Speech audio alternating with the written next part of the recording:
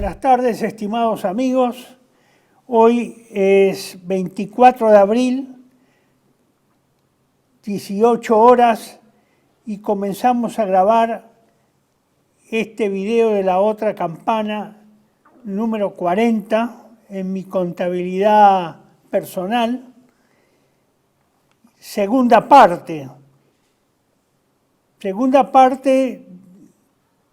cuyo título general es la comprobada trampa de Malvinas, y como subtítulo, Ni Dios ni Patria. Vuelvo a repetir, segunda parte. La primera parte la hemos visto en el video anterior. Le agradezco a todos el acompañamiento, el interés que han evidenciado por este tema. Yo sé que es difícil de entender en una sociedad que vive dominada por la influencia de los medios de comunicación sociales y sus estrategias y tácticas psicopolíticas de engaño y de mentira, y por lo tanto sé que es difícil entender, pero vamos a tratar de relacionar las dos cosas que nos hemos propuesto en estas dos partes en que se divide la exposición. La primera ustedes ya la vieron, y a aquellos que no la vieron les pido que recurran a ella. Búsquenla y recurran a ella, porque abre un panorama que acá no se ha mencionado, que ha sido tapado, ocultado, intencionalmente desvirtuado, y que por lo tanto pareciera ser que en Argentina la verdad es algo inaccesible. Pero el esfuerzo hay que hacerlo, con la ayuda de Dios nuestro Señor y la protección de la Santísima Virgen María Inmaculada, en quienes nos ponemos en sus manos. Yo les dije recién que el subtítulo se basa en esta otra imagen, que es la que sigue, Ni Dios ni Patria, que fue tomada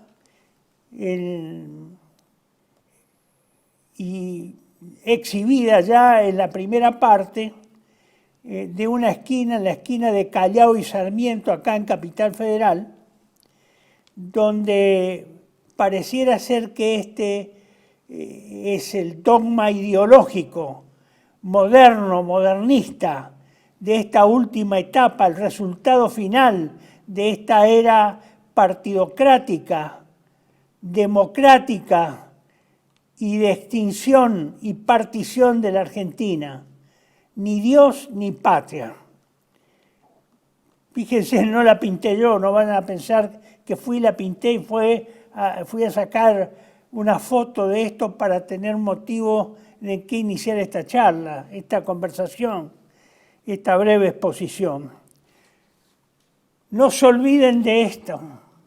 Esto va a ser el lema en los tiempos que se vienen, y no habrá que esperar mucho tiempo. Bajo este tema y este lema del anarquismo libertario, o de los anarcolibertarios, o simplemente de los nihilistas, es lo que se va a difundir acá en Argentina. Va a ser el ideario de los nuevos revolucionarios de la Argentina.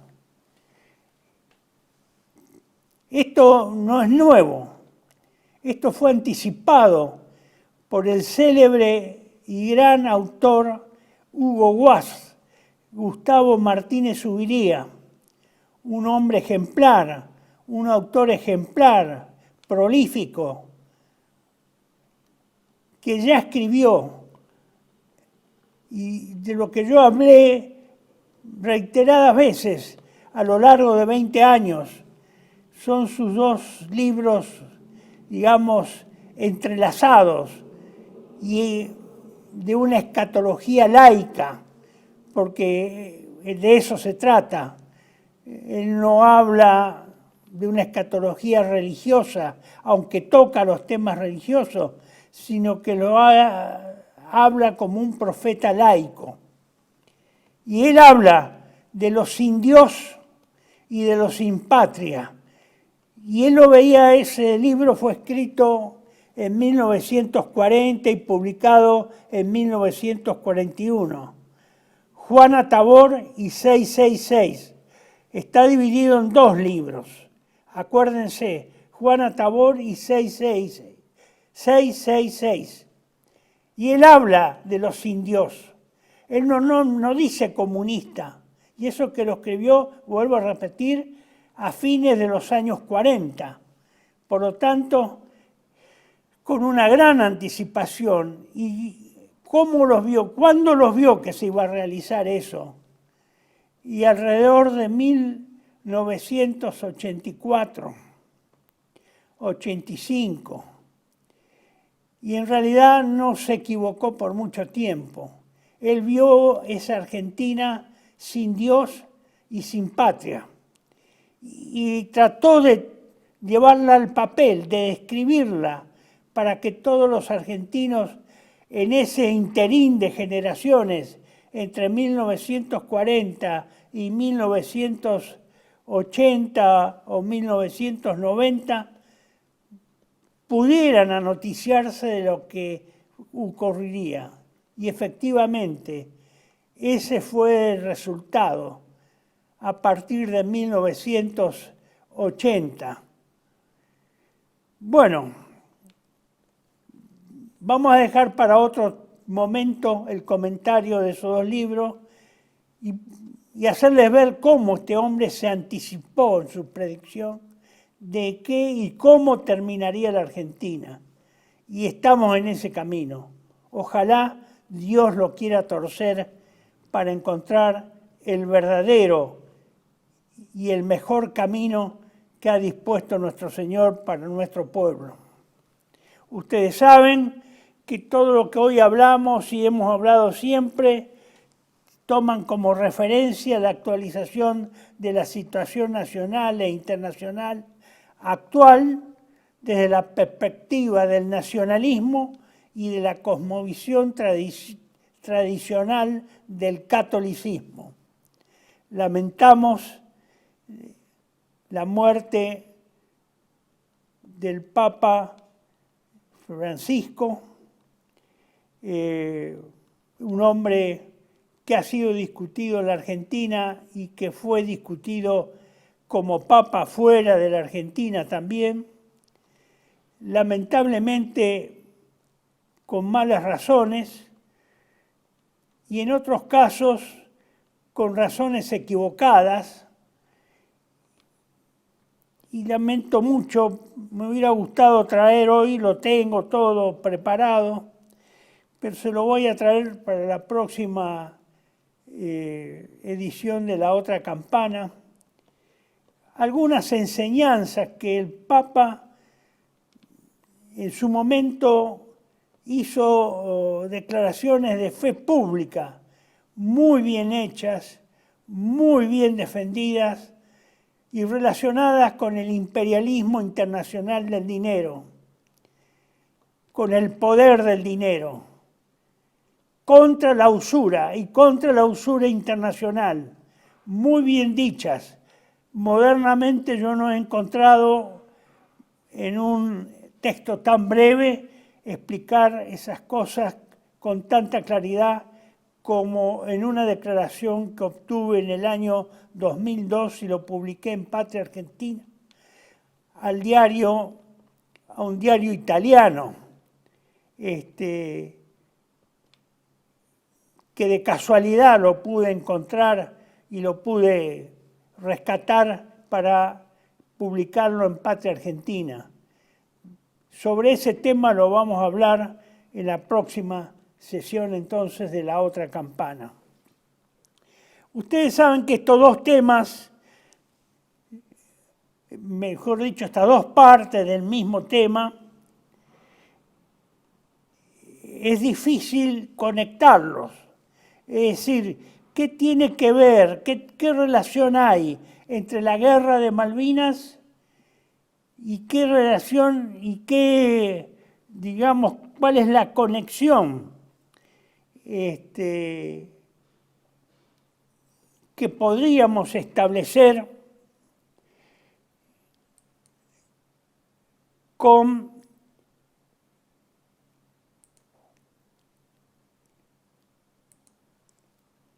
la persecución jurídica, espiritual, moral e histórica del imperio anglo-norteamericano israelí contra las Fuerzas Armadas Argentinas.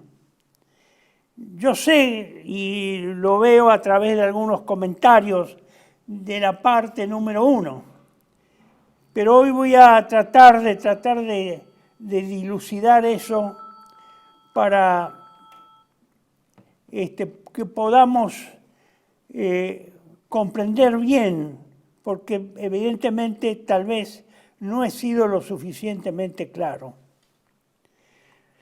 Bueno, lo último que hemos visto en la primera parte de este tema trataba sobre el plan de los océanos libres relacionado al plan de engaño del gobierno argentino para provocar la guerra de Malvinas.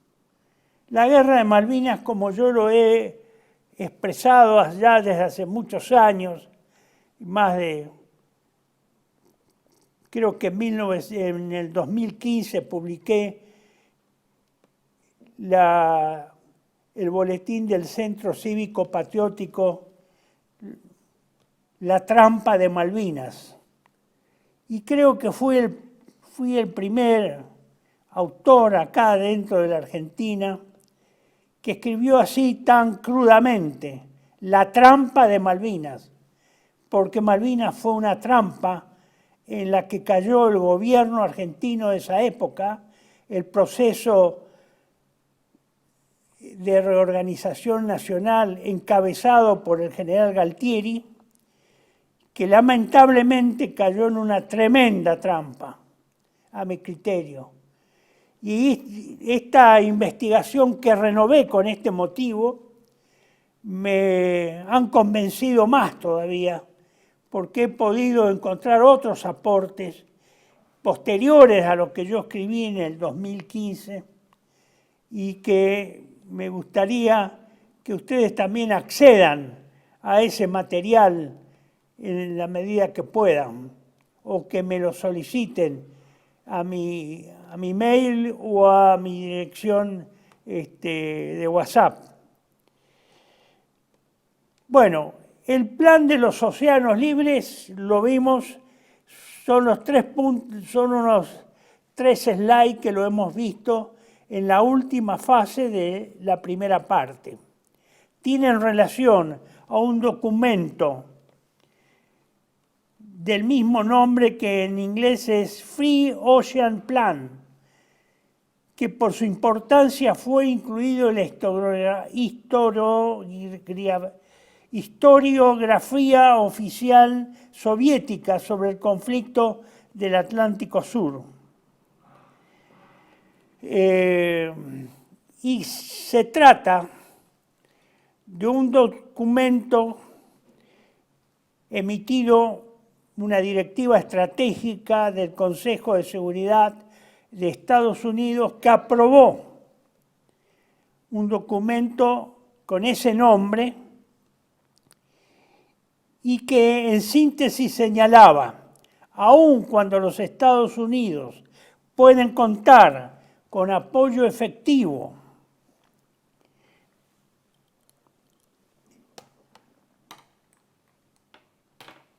y duradero de la Unión Sudafricana y de la República de Chile y eventualmente de la Argentina, que facilita la ejecución de sus planes para el extremo sur de los 3 océanos, Pacífico, Atlántico e Índico, es indispensable contar con el apoyo de Gran Bretaña.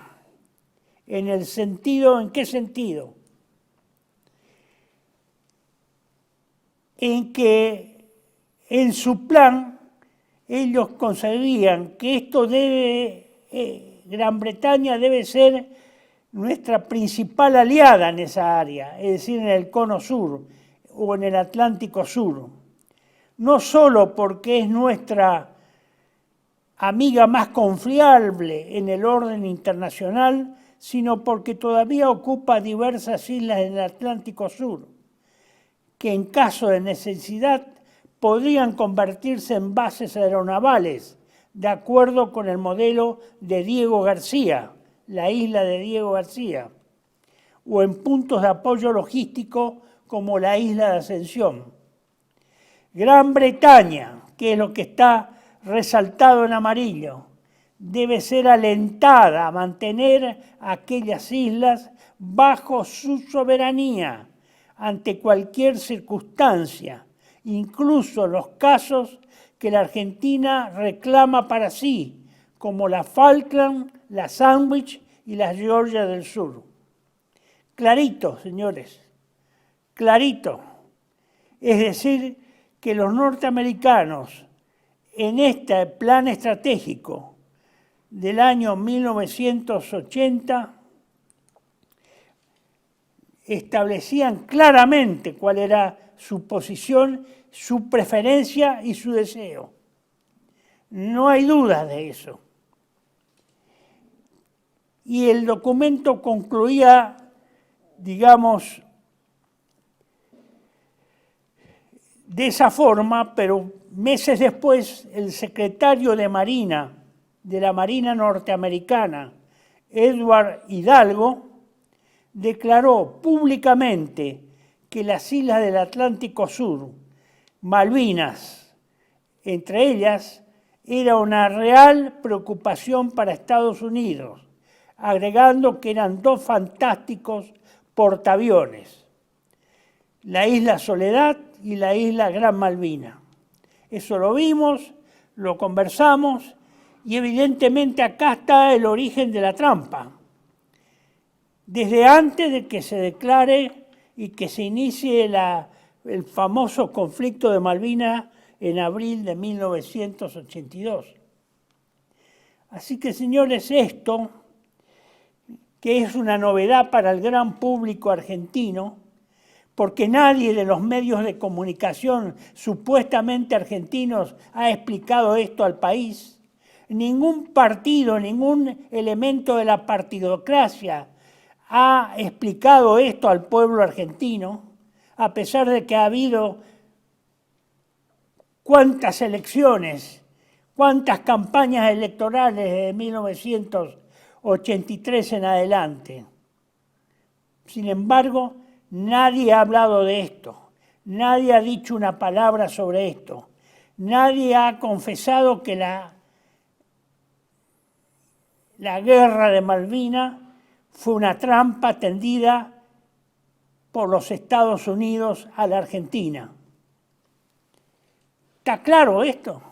Bueno, vamos a tratar de demostrar ahora por qué fue una trampa, qué elementos hay para pensar eso. Vamos a continuar, mejor dicho,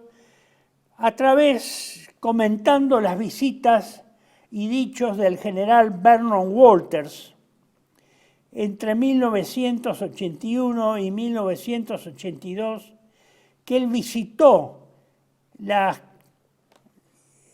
Argentina varias veces. En algunas veces parece que muy subrepticiamente, en otras públicamente, pero estuvo varias veces en Argentina. Y debe haber conversado no solo con elementos del gobierno, del proceso militar, sino también con sus amigos, los infaltables cipayos argentinos al servicio del imperio. Y debe haber ido y venido con conversaciones, propuestas. No creo que haya sido este hombre, cuyas referencias las tengo por una tercera persona, precisamente que no es argentina, sino un general de Brasil, del cual me dio digamos, me brindó su amistad y su confianza mientras estuve en Río de Janeiro a partir del 1 de enero de 1982 y todo el año 1983, al que había conocido cuando vino a la Argentina en carácter de director del Colegio Militar del Brasil, Agulhas Negras, y fui designado su ayudante, y en la cual compartimos varios días y hicimos una amistad que se mantuvo a lo largo del tiempo y se confirmó cuando fui destinado a Río de Janeiro esos 2 años para cursar la Escuela de Comando y Estado Mayor del Brasil en Río de Janeiro. Justo cuando comienza el conflicto de Malvinas, yo me estaba instalando en Río de Janeiro a partir de enero de 1982. ¿Qué es lo que pasa? El general del que hablo es el distinguido general Meira Matos, Carlos de Meira Matos.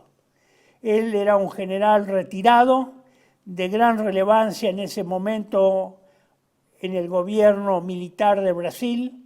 Había sido un estrecho colaborador del principal jefe y presidente revolucionario, el mariscal Castelo Branco.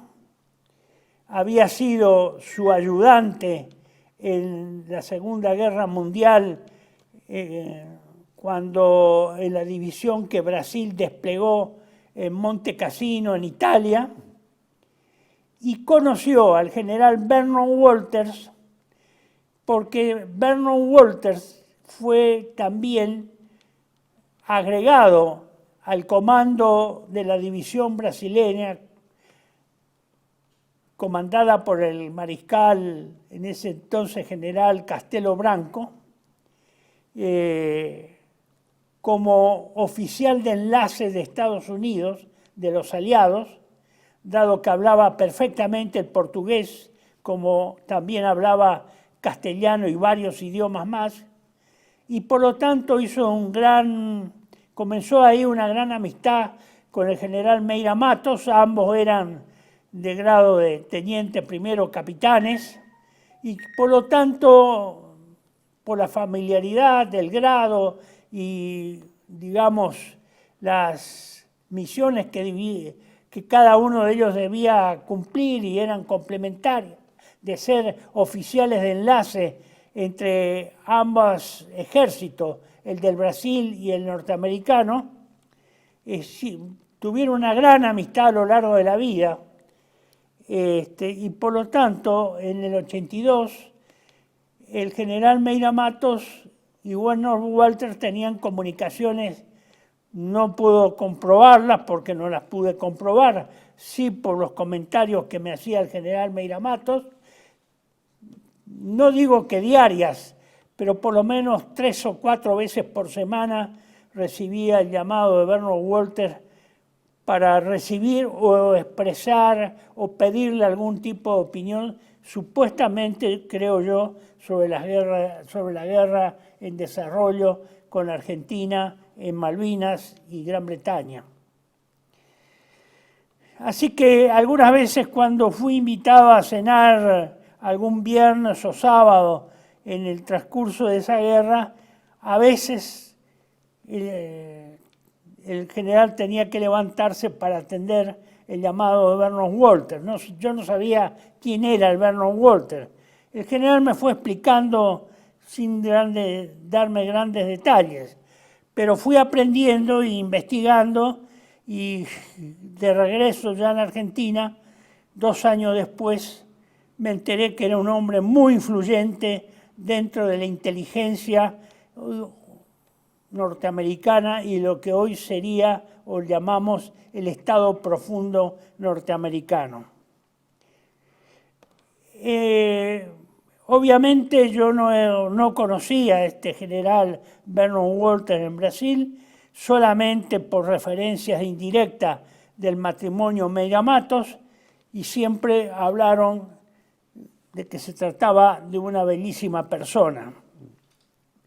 Y obviamente de que ejercía un gran poder de influencia por su capacidad intelectual y capacidad para aconsejar o asesorar a los presidentes. Aquí lo vemos en una reunión con el presidente Reagan. Fue la principal espada en esta guerra de Reagan. Vernon Walters, en un artículo que acá les expongo, dice lo siguiente, como información. El 10 de septiembre de 1989, en declaraciones efectuadas al diario La Prensa, el expresidente constitucional argentino Arturo Frondizi, sobre la comprensión del Atlántico Sur, del conflicto del Atlántico Sur y la importancia de la cuestión Malvina, dijo que en el año 1981, Frondizi declara esto en el 89, pero al referirse a Vernon Walters, habla de que él fue consultado y había conversado en 1981 con Vernon Walters, quien lo visitó, y obviamente Frondizi debió haber conocido y haber sabido quién era y qué poder tenía Vernon Walters dentro de ese esquema de poder probablemente no bien definido, que se llama Estado profundo dentro de los Estados Unidos. Que lo había visitado un general norteamericano, quien le había pronosticado que Estados Unidos propiciaría un desembarco argentino en las Islas Malvinas. Estados Unidos apoyaría nominal y fácticamente a Gran Bretaña en la recuperación del archipiélago, a efectos de congelar el pleito de soberanía que efectivamente teníamos los argentinos y Gran Bretaña, y que manteníamos desde 1833. Eso salió, vuelvo a repetir, en el diario La Prensa en 1989. El motivo de la actitud por la cual Estados Unidos se proponía generar un conflicto y apoyar a Gran Bretaña en ese conflicto para que tomara posesión efectiva de las Islas Malvinas y no quedara eso en una especie de limbo como estaba hasta ese momento, de que era una excolonia o no era una excolonia, que estaba en tratamiento en las Naciones Unidas, que debía ser descolonizada, que Argentina reclamaba su soberanía, etcétera, etcétera. Para que eso no quedara en esa situación, el motivo de tal actitud de apoyar para que efectivamente se produjera un conflicto, el conflicto era la excusa por la cual Estados Unidos pretendía instalar una base militar, finalmente que su país no podía contar, dado que su país no podía contar con la Argentina, en la opinión de Vernon Walters, porque era considerado poco confiable por su falta de estabilidad política. Por la importancia de esta declaración, el 29 de septiembre de 1989, el doctor Mariano César Bartolomé, profesor de la Escuela Superior de Guerra, entrevistó personalmente al doctor Arturo Frondizi. No solo le ratificó lo expresado al diario La Prensa, sino que identificó a su visitante como el general Vernon Walters, cuya presencia en la Argentina durante 1981 estaba por demás documentada. Ustedes tienen una serie de referencias del 1 al 3 que está posterior a estos slides que yo estoy enunciando, para después, que ustedes lo tienen acá, lo están viendo en este momento. No los voy a tratar uno por uno, son distintas fuentes en la cual ustedes tienen esa, digamos, el respaldo bibliográfico de quiénes fueron los que opinaron al respecto. Bueno, seguimos. Entonces, aclarada quién es el que hizo gestiones, quién es el que consultó acá y me imagino que el doctor Frondizi no fue con el único que habló, no fue el único político con el que habló, estoy seguro que hubo muchos más. El general Vernon Walters, queda claro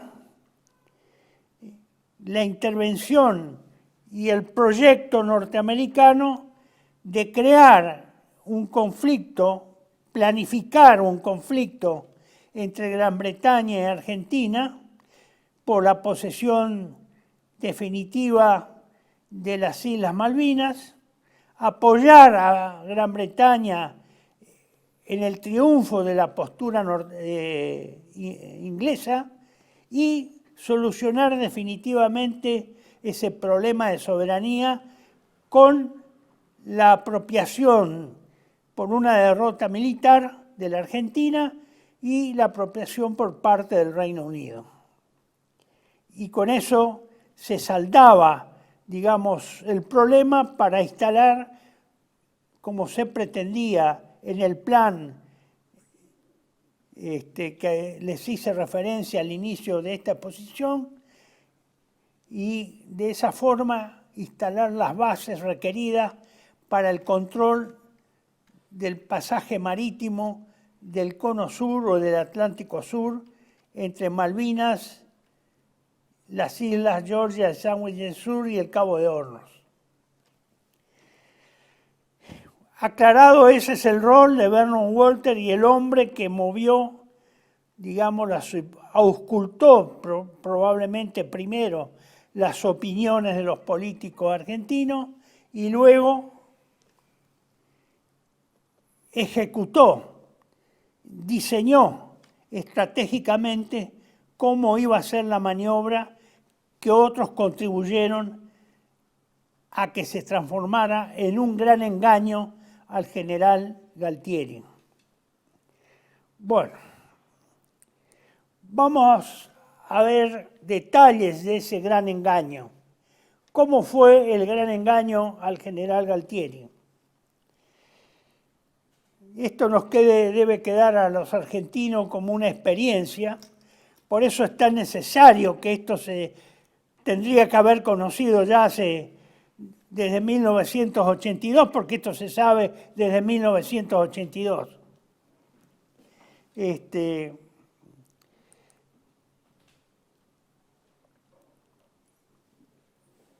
Partimos de lo siguiente. Esto está basado en un artículo, La estrategia de desinformación, el engaño a Galtieri y Anaya. Galtieri y la Junta Militar, como lo verificó el informe Rattenbach, no habían previsto la acción bélica británica. Su intención original fue ocupar Malvinas y después negociar desde una posición de fuerza. Después del desembarco, Argentina no tenía un plan para la defensa militar. No se hizo plan para la defensa militar. Siempre que uno va a conquistar una posición, tiene que hacer el plan de defensa de esa posición una vez conquistada, o del objetivo conquistado, más tratándose de una isla que estaba ocupada por efectivos enemigos. Bueno, el problema es ¿por qué no hicieron el plan de defensa? Porque todo estaba arreglado según el criterio de Galtieri. ¿Y con quién estaba arreglado? Obviamente con los norteamericanos, como vamos a tratar de definirlo a continuación. ¿Dónde obtuvo esa información y esa seguridad el general Galtieri? Según el mayor Alberto Varela, retirado, precisó al capitán de fragata Jorge Sáenz que el encuentro había sido en noviembre de 1981 en el Pentágono, en Washington, donde además le habían dicho al jefe del ejército norteamericano y los almirantes que Estados Unidos no se iba a meter en el tema, en el conflicto entre Gran Bretaña y Argentina, utilizando un término muy específico, muy significativo en inglés, hands off, es decir, manos afuera. No iban a meter la mano en el conflicto, se iban a abstener supuestamente de hacerlo. Y que además Thatcher necesitaba ese desembarco para justificar la entrega de las islas. Es decir, por supuesto no le dijeron, somos nosotros los que queremos que esto se defina, que ustedes inicien un conflicto, que sean derrotados, que sean rechazados y que definitivamente Gran Bretaña quede como dueña con el ejercicio efectivo de la soberanía sobre las Malvinas. No le dijeron eso. Al contrario, le dijeron que también la Thatcher necesitaba tener ese tipo de conflicto para justificar de alguna forma la entrega de las islas. Al general Galtieri primero lo adularon y luego lo convencieron, en otras palabras, los anglosajones lo manipularon para lograr sus fines, que era crear un casus belli, una situación de guerra, un conflicto, para justificar después la recuperación militar e instalar, como habíamos dicho, una base aeronaval que era el objetivo principal. Cuando terminó la reunión esta mencionada en noviembre de 1981, Galtieri se juntó con su equipo de generales y asesores. Acá este artículo nombra al general Balini y al general Menéndez. Supongo que en un local aledaño a donde había tenido su reunión con los generales y almirantes norteamericanos, desconociendo que el traductor que había estado colaborando con Galtieri en la traducción estaba del otro lado del vidrio, es decir, estaba separado por un vidrio y evidentemente del otro lado del vidrio, normalmente en esos ambientes hay dispositivos que permiten escuchar perfectamente lo que se dice en el otro, aunque aparentemente no debería escucharse nada. Y lo escuchaba al general Galtieri. El siguiente testimonio del general Galtieri está avalado por otras fuentes que son coincidentes, y es la siguiente.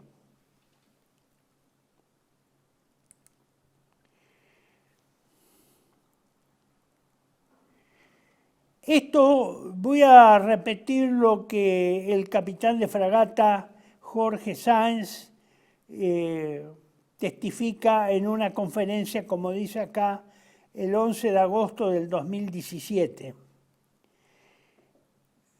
que recibió horas antes de dar la conferencia sobre el tema que iba a exponer, que era el tema del libro y de esta reunión, de la cual no tenía datos todavía completos y fehacientes.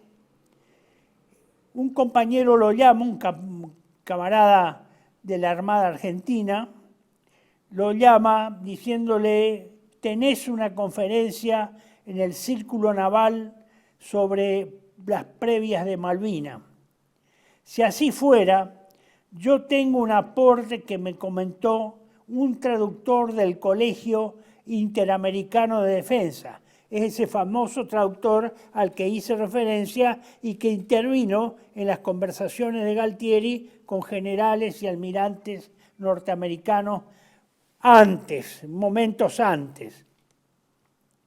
Este tipo cumplió su tarea entre Galtieri y los representantes de la Secretaría de Estado. No sé quiénes eran los del otro lado, es decir, por los norteamericanos. Cuando terminó la reunión, Galtieri se juntó con su equipo de generales asesores, que es ya lo que ya había expresado y nombré recién los dos generales que conseguí esos nombres, desconociendo que el traductor estaba del otro lado del vidrio. Les dijo, el general Galtieri les dijo: señores, está todo arreglado, vamos sobre Malvinas, contamos con el apoyo de Estados Unidos. Repito, señores, esto es lo que le expresó Galtieri al resto de su comitiva cuando se reunió con ellos después de esas conversaciones con funcionarios del Departamento de Estado y militares. Señores, está todo arreglado, vamos sobre Malvinas, contamos con el apoyo de USA, de los Estados Unidos. ¿Está claro esto? Esto es un texto, obviamente, que me lo facilitó el capitán Jorge Sáenz, Malvinas, la desconocida reunión que produjo el desembarco.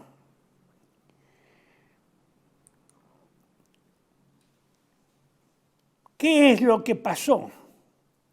Y simplemente lo que pasa con aquellos que exaltan demasiada su vanagloria, con las personas que son poco humildes, con los hombres que pecan de vanidosos. Los norteamericanos, conocedores de la vanidad del general Galtieri,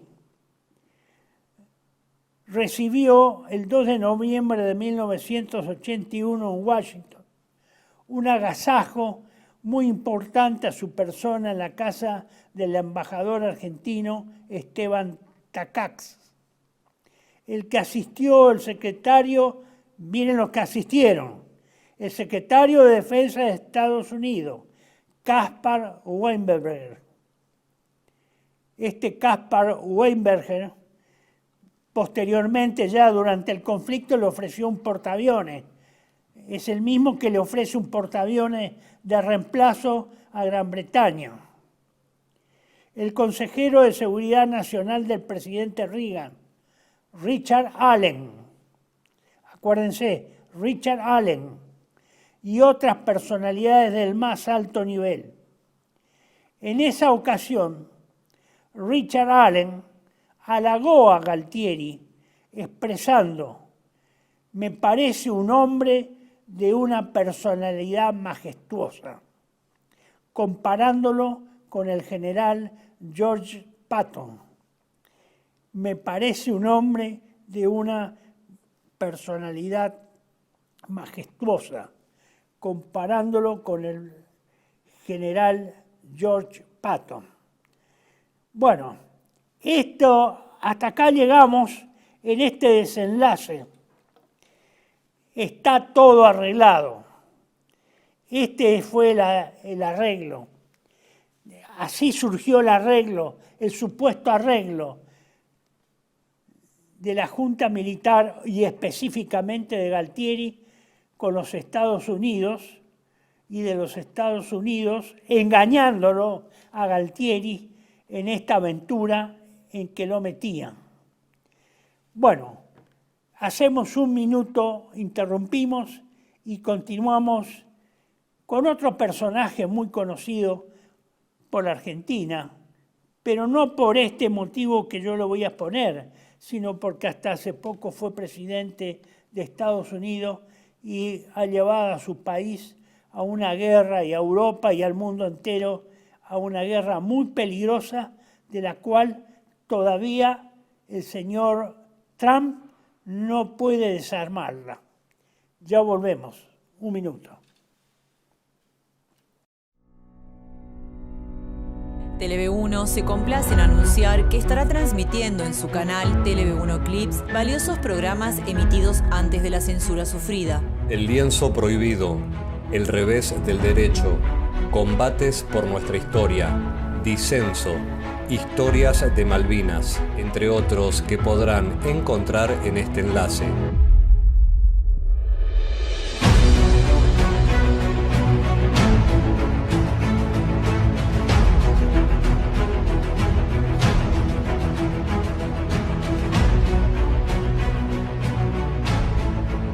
Agradecemos su aprovechamiento y difusión. Bienvenidos a CEPA, Centro de Estudios del Pensamiento Americano. Nuevo sitio web de cursos de formación en política, filosofía, historia, literatura, geopolítica, religión, psicología y más. Cursos de formación que reflejan el verdadero pensamiento americano. Lo invitamos a elegir el curso de su agrado ingresando en www.cepa.la.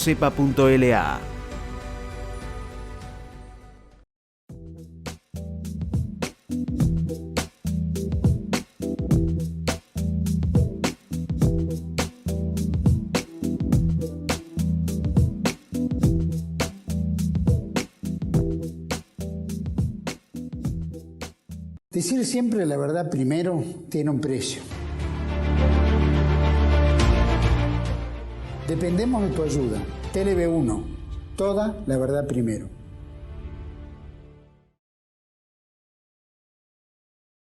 Bueno, entonces les decía que Joe Biden y Malvinas tuvo un rol muy importante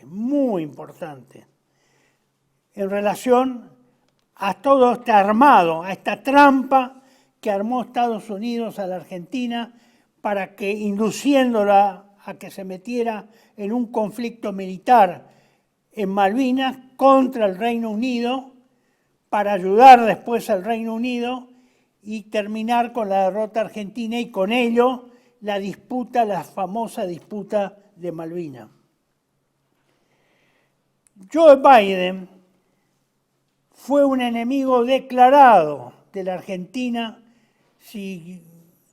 durante la guerra de Malvinas y presentó como senador, en esa época era presidente de la Comisión de Defensa del Senado, una moción para que Estados Unidos declarara país agresor a la Argentina, es decir, a nuestro país. Y acá tienen ustedes la toma fotográfica del video en el cual Biden dice, y es claro que el agresor es Argentina, y es claro que Inglaterra tiene razón. Digamos, por supuesto, eso fue en el año 82. Biden lo conocemos más que nada por su actuación como vicepresidente de Obama y ahora como presidente recientemente, hasta enero como presidente de Estados Unidos. Este hombre, desgraciadamente, siempre fue un anglófilo, siempre fue conocido por eso en Estados Unidos y en el ámbito político del Partido Republicano. Biden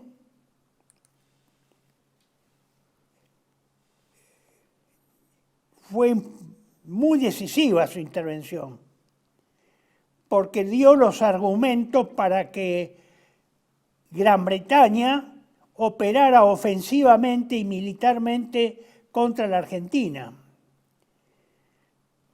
Esto lo señala el doctor Díaz Araujo, Enrique Díaz Araujo, Malvinas 1982, lo que no fue. Un libro muy recomendable y que se lo recomiendo. Al respecto, en la Argentina se ha difundido una idea falsa, como siempre.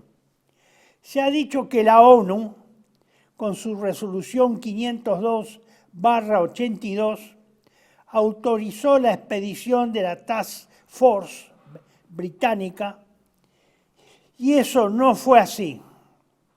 Dicha resolución no autorizaba al Reino Unido a operar con la fuerza en Malvinas. Y señala, fue el Senado de Estados Unidos y no la ONU quien el 29 de abril de 1982, por 79 votos contra 1, 79 votos contra 1, del senador derechista republicano Jesse Helms, quien aprobó la moción Biden-Moynihan. Por ella se declaraba la República Argentina país agresor y se reconocía al Reino Unido el derecho de ataque armado. Es decir, el que verdaderamente dio los elementos necesarios para justificar la reacción militar y el ataque armado no fue las Naciones Unidas, fue el senador Biden aprobando esa moción de condena a la Argentina, dando la razón a que Gran Bretaña había sido atacada y que por lo tanto Gran Bretaña tenía el derecho de reconquistar su posesión de manos de un país agresor como la Argentina. Esto es así, señores. Él fue el que lo dio. Eso no se mezcló más, nadie hizo aclaraciones, nadie se acordó de eso, excepto el doctor Díaz Araujo. Según el político Lyndon LaRouche, Biden integraba el grupo de presión británico en los Estados Unidos. Por eso, en este país, cada vez que se mencione a Joe Biden, deberá añadirse Moynihan. Es el otro senador que acompañó a Biden en la moción contra la Argentina. Y ahí ustedes tienen, después pueden leerlo con mayor detenimiento, un recuadro sobre debate sobre Malvinas, artículo del New York Times, en su contexto original del 30 de abril de 1982, sección A, página 20. Ahí tienen ustedes cuál es la posición y la actuación del senador Biden en esta problemática del conflicto con Gran Bretaña y cuál fue el rol decisivo para dar el apoyo jurídico para el ataque de Gran Bretaña a la Argentina. Bueno, hasta acá estos son los elementos de juicio que he podido reunir. Como ustedes ven, esta es un tema desagradable para mí, muy desagradable. explicar esto, señalar de que hemos sido objeto de una trampa, de que nuestros jefes del proceso de reorganización nacional y del gobierno nacional en ese momento, encabezado por el general Galtieri, fueron engañados. Algunos, como dicen en mi provincia, fue engañado como una sirvienta. Es lastimoso, es lamentable por las pérdidas en vidas humanas y sacrificios que se ofrecieron en Malvinas en una guerra que evidentemente los poderosos del mundo sabían que íbamos a ser indefectiblemente derrotados. Y acá, señores, detrás de esto, de todo lo que yo les mencioné, hay una gran coparticipación de los cipayos argentinos, el elenco estable de cipayos que tiene la Argentina y que colaboró con este gran engaño a Galtieri, a la Junta Militar y a los militares. Y es probable que hayan participado otros militares. No voy a poner la mano en el fuego porque no tengo, ni tampoco puedo acusar a nadie en especial, pero hay algunas sospechas sobre algunos otros personajes, pero no los suficientes elementos de juicio. Pero lamentablemente esa es la actitud de los países dominados por el cipallismo. Es la situación también actual de la Argentina de hoy. No varió en nada. Creo que hoy todavía sería mucho peor si hacemos algo en lo que nos quieren meter ya ahora con otras pretensiones. Meternos en guerras en Oriente Medio o en guerras en Europa con Ucrania y Rusia. Pero eso es otro cantar y esperemos que sea un mal sueño de estos cipayos. Pero esos cipayos existen desde antes de las invasiones inglesas. Siempre existieron y son ellos los que han dominado la Argentina. Pocas veces, poco tiempo, la Argentina fue controlada y gobernada realmente por verdaderos argentinos. Esa es nuestra desgracia histórica. Lamentablemente, me duele decirlo, pero debo decirlo. No puedo ser cómplice y seguir escondiendo una verdad a las jóvenes generaciones argentinas. Ahora, si las jóvenes generaciones argentinas también eligen ser cipayos y partidarios del coloniaje, bueno, allá ellos y que Dios los ayude. Pero no será porque no se les dijo, porque no se les advirtió.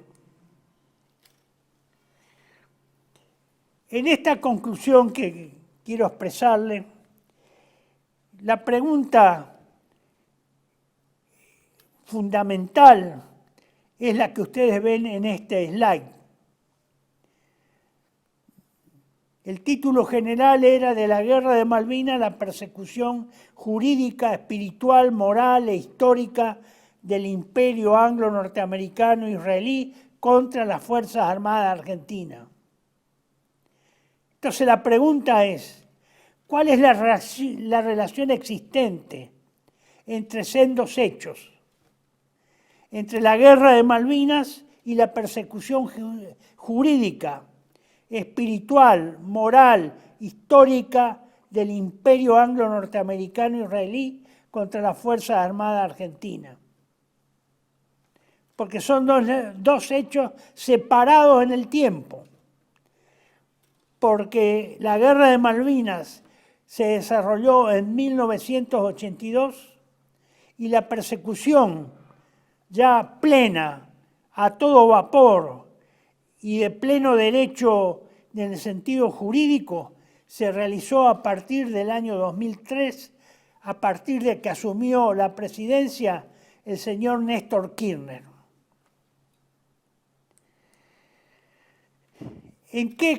¿Por qué se produce eso? Por las siguientes razones. La explotación, síganme ustedes en este texto, psicopolítica de la victoria, siempre después de una batalla, y más de una batalla triunfante, victoriosa, hay una fase, la última fase de la batalla es la explotación de la victoria o la explotación del éxito. Así se le llama en términos y en la jerga militar. Obtenida por Inglaterra en la batalla de Malvinas, ellos triunfaron, ellos debían explotar el éxito que habían obtenido, debían perseguir hasta el extremo, hasta dejar sin capacidad alguna a los argentinos, hacer una derrota completa y total e incondicional de la Argentina. Ese fenómeno, ese hecho, se vio interrumpido y no pudo convertirla en una derrota total, incondicional y definitiva de sus Fuerzas Armadas. Por eso entraron a los efectivos que habían estado prisioneros y capturados y que regresaron al país, entraron de noche, escondida, sin que el pueblo supiera, sin que fuera recibido por su propio pueblo. No fue una casualidad, no fue un error, no fue una comodidad para no causar inconvenientes a los familiares que se tengan que desplazar en la noche para ir a recibir a sus parientes que habían estado prisioneros. Fue intencional. Ahí empezó el proceso, digamos, era una fase de la derrota. Era parte necesaria para consumar esa derrota total, incondicional y definitiva. La explotación del éxito o la explotación de la batalla de Malvinas, del éxito inglés, quedó inconcluso y se suspendió durante 21 años por los efectos del levantamiento, o llámenle levantamiento, rebelión de Semana Santa de 1987. Y como consecuencia de ese levantamiento, de la aprobación por el Congreso Nacional de las leyes de punto final y de obediencia debida, así como también porque la Corte Suprema de Justicia de la Nación mantuvo y respetó la jurisprudencia anterior sobre la cuestión, que ya había emitido opinión en algunos juicios previos que se habían hecho aisladamente sobre esta cuestión del genocidio, supuesto genocidio y violación de los derechos humanos. Eso quedó interrumpido 21 años, hasta el año 2003, de 1987 al 2003. En el año 2003, como consecuencia del triunfo y acceso a la presidencia de la Nación del doctor Néstor Kirchner, apenas transcurridos 2 meses de haber asumido el cargo, digo habría porque no hay documentos que así lo prueben ni testimonios que todavía alguien pueda señalarlos, todavía hoy no se encuentra eso. Si puede dejar, señor director, un minuto más. Ahí está como consecuencia del triunfo y acceso a la presidencia de Néstor Kirchner. Apenas transcurridos, decía, 2 meses de haber asumido el poder como presidente, habría arribado a una especie de compromiso o pacto con el presidente de Estados Unidos, W. Bush, es decir, Bush hijo, que sucedió a su padre, para que se continuase con la persecución jurídica, espiritual, moral e histórica contra las Fuerzas Armadas, de seguridad y policiales argentinas, como consecuencia de los hechos derivados de la lucha contra la subversión y el terrorismo de los años 70. Es decir, la explotación de la victoria inglesa se iba a hacer en el ámbito de la persecución jurídica por los hechos derivados de la guerra contra la guerra interna o la guerra civil llevada a cabo en Argentina a partir de los años fines de los 60, principios de los 70 y toda la década del 70 contra la subversión terrorista en la Argentina.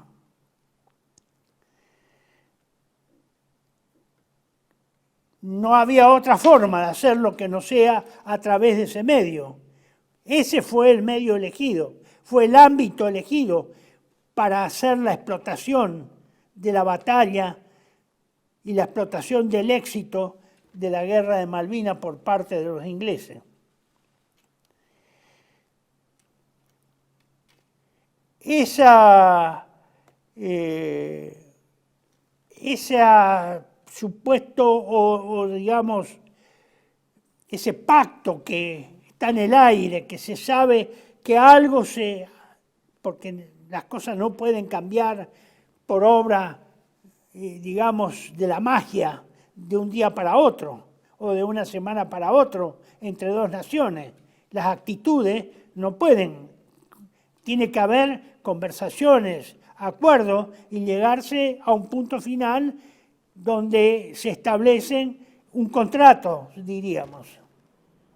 Ese contrato, compromiso o pacto se selló a mi criterio y en mi opinión en la brevísima entrevista de apenas 30 minutos que ambos mandatarios, Kirchner y Bush, tuvieron en la Casa Blanca el 25 de julio del 2003, oportunidad en que el presidente Kirchner lo palmea a Bush en el muslo, en un extraño acto de confianza entre personas que no se conocían ni tenían amistad previa.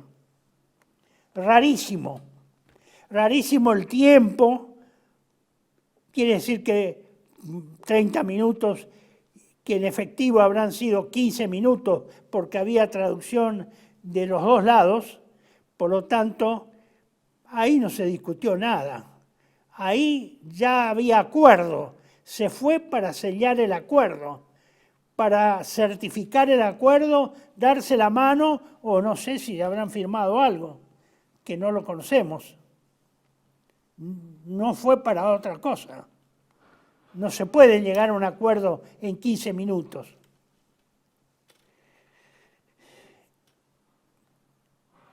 Como consecuencia de ese acuerdo tácito, implícito, de que después se ve en los hechos que hubo un acuerdo, porque se cambia de actitud totalmente, y cambian de actitud los tres poderes del Estado argentino. Los tres poderes, exactamente, sí señores, los tres poderes del Estado argentino. Como consecuencia de ello y de la presión ejercida por la única potencia hegemónica mundial de ese momento, que eran los Estados Unidos, sus agencias de inteligencias, sus innumerables instrumentos de poder y presión política y diplomático, y la influencia de las organizaciones masónicas y secretas norteamericanas sobre los tres poderes del Estado argentino, se anularon con inusitada rapidez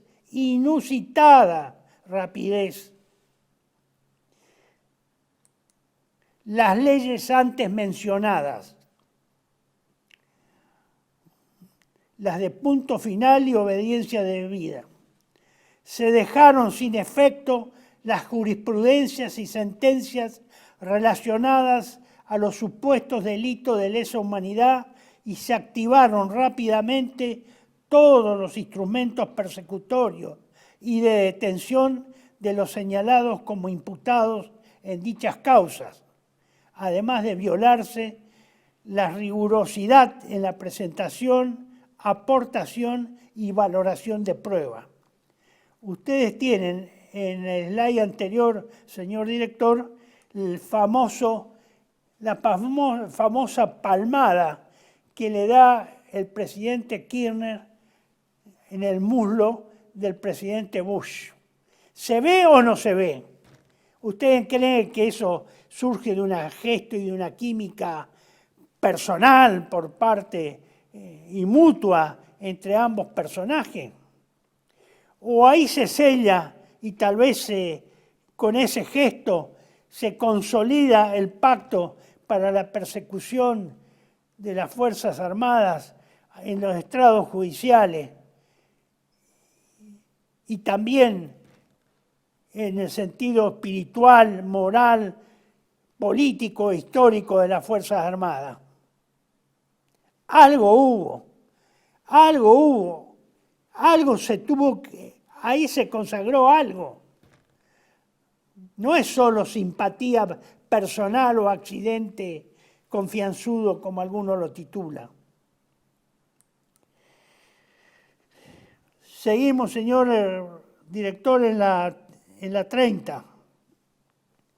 Simultáneamente, los medios de comunicación nacionales agitaron permanentemente horrendas y sostenidas campañas psicopolíticas sobre los distintos casos que trataban la justicia, tendientes a provocar la condena colectiva, social y psicopolítica y moral de los acusados y de las instituciones, y a dividirles internamente para romper la solidaridad entre las diferentes generaciones de supuestos acusados. Eso fue lo que efectivamente ocurrió a partir del 2003. Todo lo expresado condujo a una errónea decisión a los militares presos,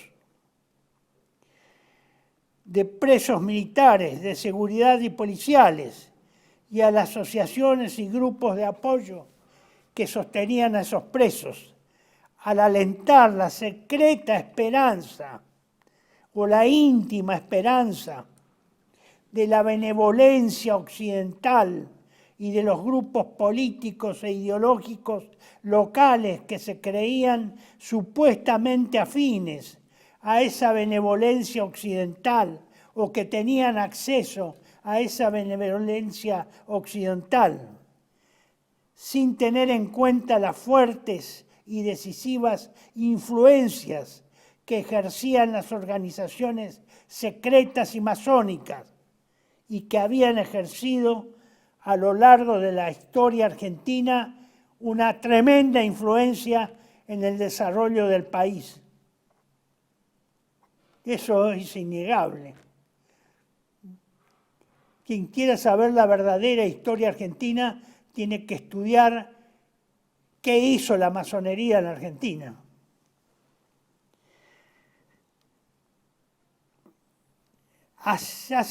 Es así como durante años los diferentes públicos argentinos fueron intensamente bombardeados por las campañas psicológicas contra la violación de los derechos humanos y supuestos genocidios, alentados y ejecutados sistemáticamente y continuamente por los medios de comunicación social. Ese es el grave problema que hubo. Es el otro grave problema que tenemos, que para mí es insalvable.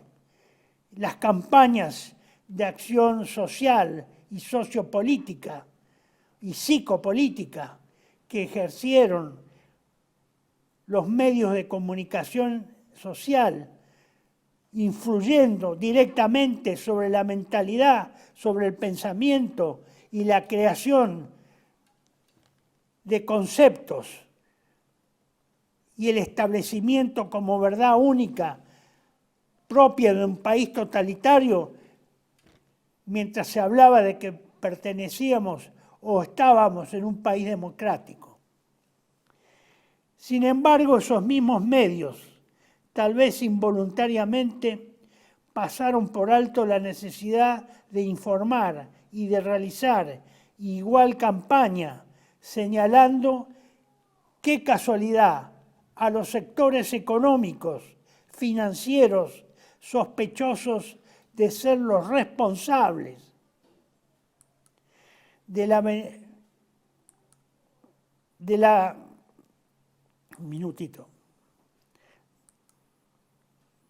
los responsables directos o indirectos de haber contraído la fraudulenta y fabulosa deuda externa, la que a pesar de las sentencias del juez Ballesteros sigue siendo desconocida y olvidada para el gran público.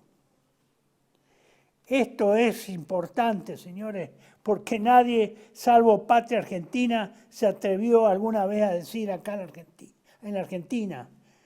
Los militares fueron el pato de la boda para tapar el fraude fabuloso y el robo con guante blanco que hicieron los sectores económicos financieros a través del endeudamiento argentino y la aparición de la famosa deuda externa argentina.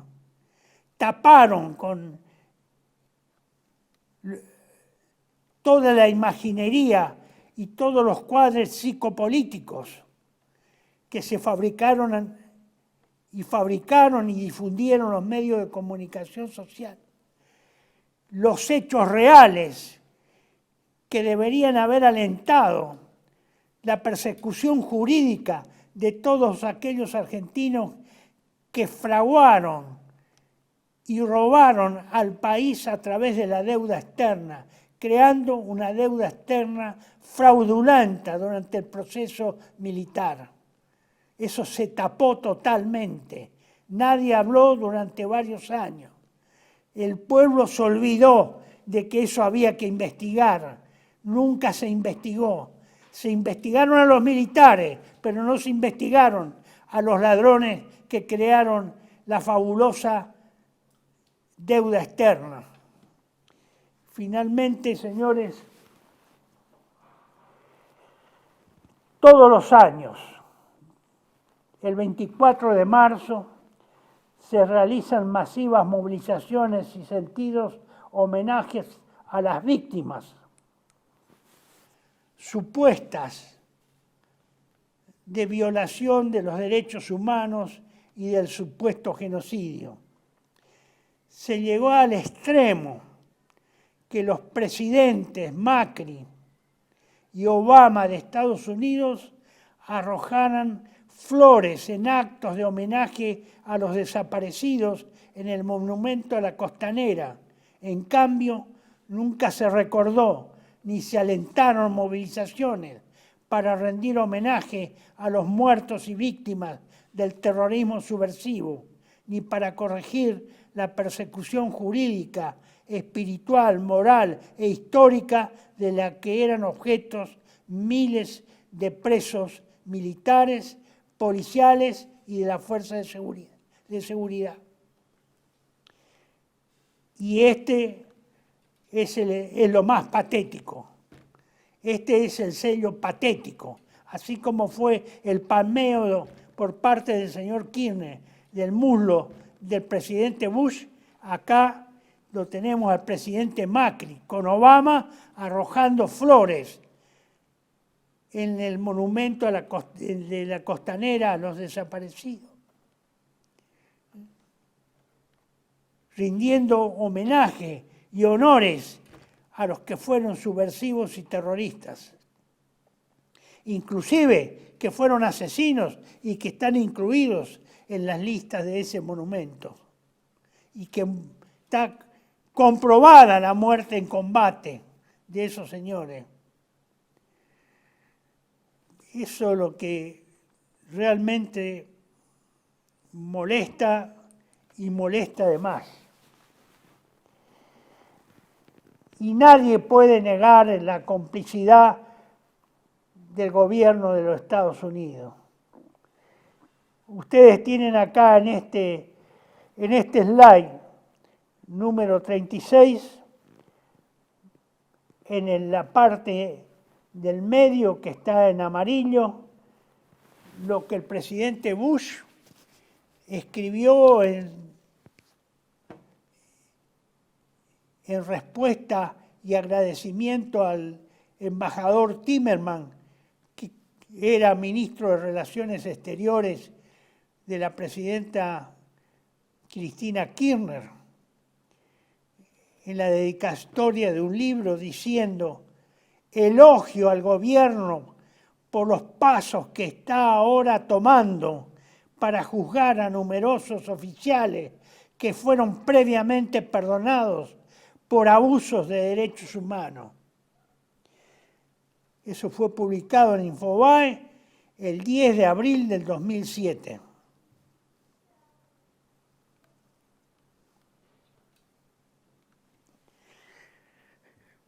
Por eso, señores, no tengo otra cosa que decirle que efectivamente la persecución judicial al sector militar constituye una fase de la planificada explotación de la derrota o victoria de Gran Bretaña sobre los argentinos, o que sufrimos con nuestra derrota en 1982, en la llamada Trampa de Malvinas, cuya finalidad fue destruir moral y materialmente a las Fuerzas Armadas argentinas, de forma de dejar inerme a la nación para su desguace o secesión territorial a través de la profundización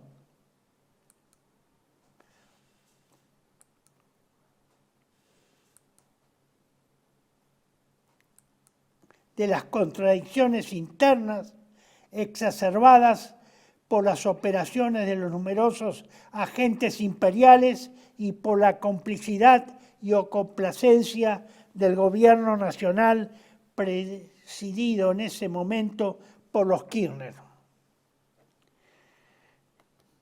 Es obvio que gran parte de la población argentina en todo este proceso de más de 40 años ha perdido gran parte de su identidad nacional.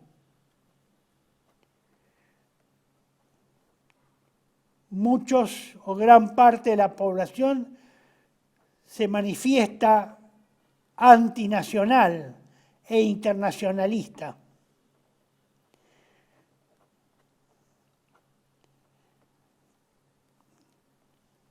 Todo eso, señores, es la culminación de un proceso, de un largo proceso de aculturación de la nación argentina, que comenzó en la batalla de Caseros en 1852 y se consolidó en la reforma universitaria de 1918, en que se completó la ideología liberal con el positivismo, el utilitarismo y el materialismo. Y se consolidó después de la Segunda Guerra Mundial con la idolatría del sistema democrático, económico y financiero de dominación norteamericano, subordinada a la oligarquía nativa desde 1806 y 1807. Esa idolatría al sistema democrático, económico y financiero se llama imperialismo internacional del dinero. Y precisamente sobre ese tema hablaremos en la próxima sesión de la otra campana, de boca precisamente del recientemente fallecido Papa Francisco, que lo explica extrañamente, lo explica con una claridad meridiana, pero que lamentablemente, por razones que no sé apreciar y no tengo información, nunca la hizo ni la practicó entre los fieles católicos ni en las instituciones educativas que dependen de instituciones católicas, que es totalmente desconocida. Por eso hoy estamos inermes ante las decisiones de un gobierno que nuevamente nos ha endeudado, y que creo que ese endeudamiento es definitivo e ilevantable y que nos conducirá, si no hay una intervención divina, directamente a la extinción y partición de la República Argentina. Por eso, y para evitar esas influencias malignas y diabólicas que han estado reinando en nuestra historia nacional casi permanentemente, es que los invito nuevamente a recitar esa oración antiquísima de San Benito, que es un exorcismo, que dice así. Si lo muestra, señor director, de paso lo vemos. Es el último. La Santa Cruz sea mi luz y mi faro. No sea el demonio mi guía. Fuera Satanás. Va de retro Satanás. No me aconsejes vanidades. Tú solo brindas cosas malas. Bebe tú esos venenos. Amén. Gracias, estimados amigos. Ánimo, confiando siempre que sin Dios nada podemos hacer. Ánimo, mucha fe en Dios y en la protección de la Santísima Virgen María Inmaculada. Muchas gracias.